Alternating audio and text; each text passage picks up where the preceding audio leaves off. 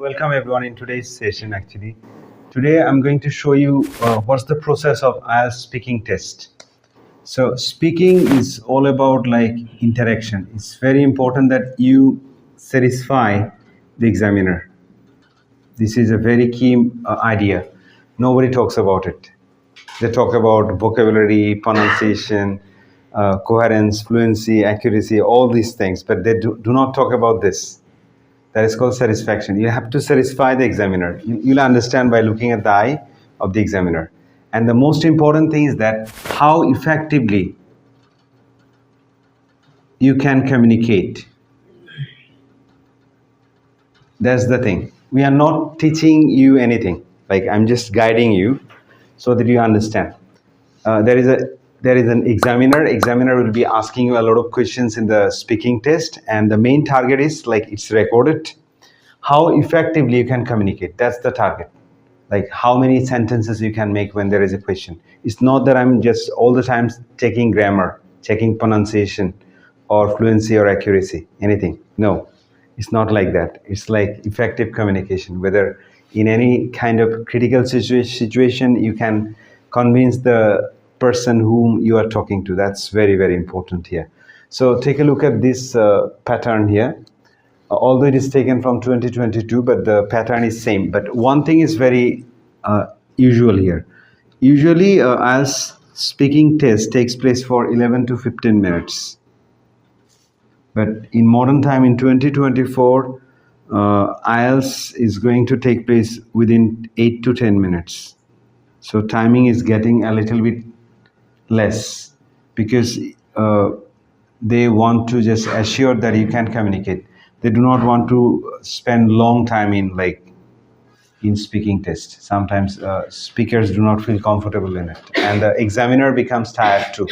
So considering this issue, they are going to take it a little bit less time. So take a look at this. This is the first question all the times. What's your full name? And may I see your ID? Right? Because as you can see, ID number is very important. All the exam centers are not acceptable. And as you understand that there are some people who are creating some issues, like they create fake certificate, fake ID, fake registration, a lot of issues are there. So as a result, like your ID number is very important. Then comes the question, your full name, you should mention your full name. Do not extend any answer exactly to the point. Then your ID number, you just mention the ID number exactly. Suppose 2E118556. Never say 2255, not like that. Or you can, instead of 0, you could say O. Right? So take a look at this. Next question is, where are you from? Do you work or study? Very common question. Where are you from? I'm from Bangladesh, or I'm from Dhaka, Chittagong. Any kind of area that you mentioned. Then, do you work or study? Currently, I'm a student. I'm studying. Or currently, I'm doing both. I'm studying at the same time. I'm also working as a part-time job holder in a private organization. You could also say in that way. Then comes the next one. So it's like icebreaker. The examiner is trying to communicate with you with a lot of questions. Do you like watching television, or do you prefer watching content on your laptop? So you could choose any one question. Do not need to answer both. Do you understand? Do you like watching television, or do you prefer watching content on your laptop? So television and laptop, it differs. So you just mention one. Don't be too much intelligent, because or is there. So it means you'll have to choose one question. So choose the easy one, because if you want to answer that watching content on laptop, then critical things will appear, like what kind of content do you watch, do you make contents, there will be so many questions. If you just go with this, do you like watching television? Yes, definitely I like watching television, and watching television gives me a kind of knowledge and pleasure, and it helps me a lot. It helps me a lot to just go through the content quite quickly. Suppose my favorite television program is River Monsters in Animal Planet. and it's amazing because it tells a story that something happened.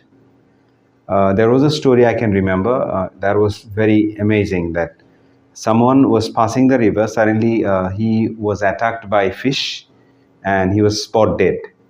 That was surprising. And later on, it was found that it was electric eel, a huge size eel, which just electrified the person and died. It was discovered.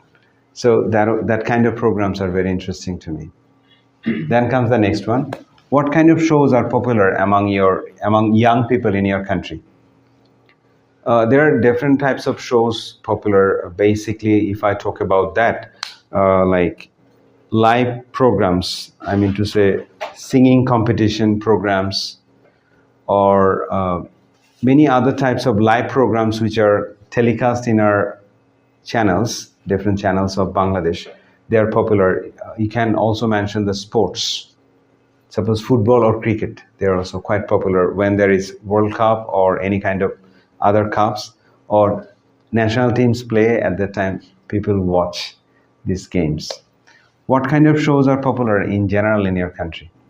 Basically, if you talk about in general, then most of the time Bangladeshi drama are quite popular because most of the people like to watch drama. They are unlike Indian TV serials because they are natural.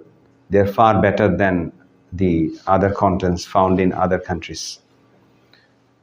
What do you think about competing with one another? Competition.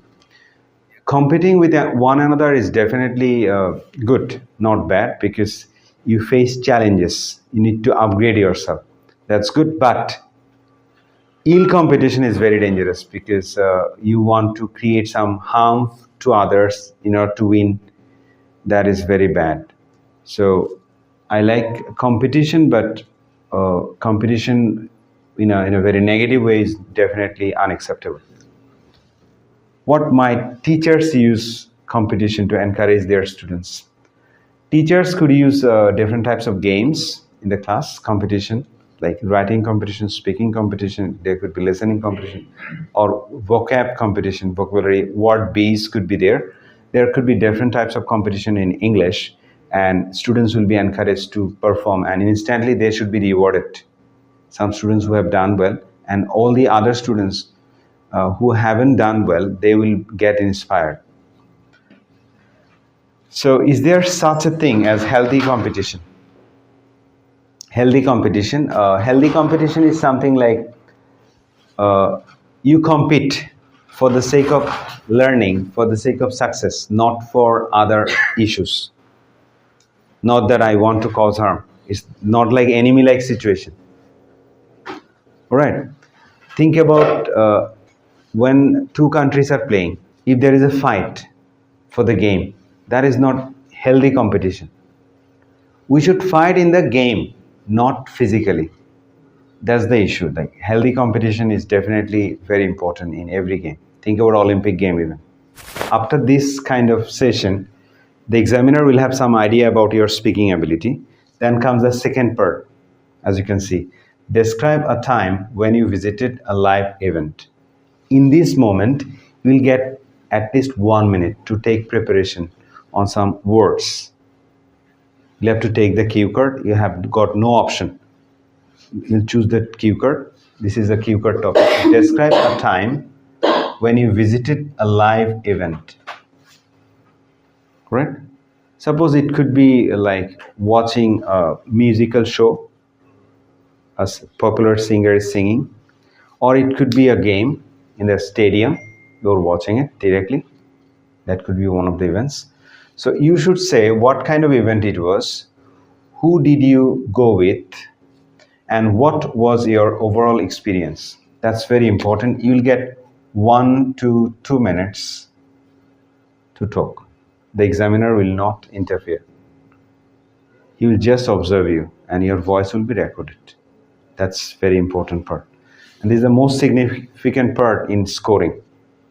So how do you speak naturally? That was like found and discovered. So when you start, you have to be very careful. Well, thank you very much. It's a nice topic for sure. We'll start like this. describing a time when I visited a live event. Live event, if I talk about, I can remember that there was a match between World Cup match in 2012 between Bangladesh and India, and that match was very much delightful for me because I can see all the players in front of me. And that live event gave me a kind of experience where I felt delighted because all the players are playing live whom I saw on television most often. And it was a kind of cricket game, as I mentioned. So my father, my brothers, and some of my cousins went with me in that event. We enjoyed together. In the meantime, we took some food during the breaks. And overall experience was excellent because I was thrilled to see new people, and the exquisite stadium that I discovered, it was very much unlike the television. When you watch a match on television and when you watch a match on stadium live, there is a vast difference. You cannot see what is going on, what is happening all the time. Suppose there is a over boundary 6. You will just see that later on when the whole gallery will shout out, then you'll understand. When there is a dot ball or single, at that time you won't be able to understand that what is going on. So things are very different in watching a match on television and in the stadium live. That was a terrific experience for me.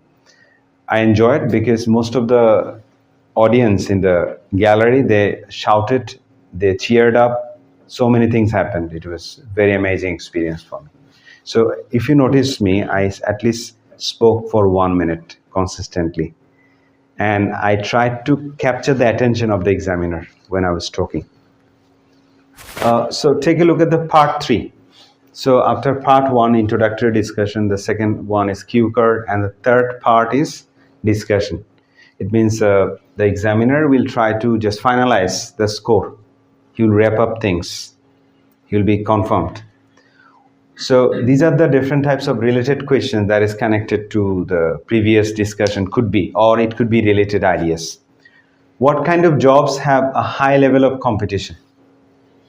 So you would definitely mention Bangladesh. Bangladesh has got like high level of competition with the first class jobs that is offered by Bangladesh Civil Service, PSC, Public Service Committee, that is there. So like BCS jobs and if you talk about some other government high official jobs, those jobs have got high competition. And also if you think about non-government organization jobs, suppose UNHCR, UNDP, and then IOM, then World Health Organization, those high-level jobs are also highly competitive because they will offer you only 5 4 post or 3 post or 1 post, and there will be 20, 40, 50 or more than that competitors. And in case of BCS, you can see only 2,000 people were selected out of 8 lakh or 4 lakh. That was the high-level competitions.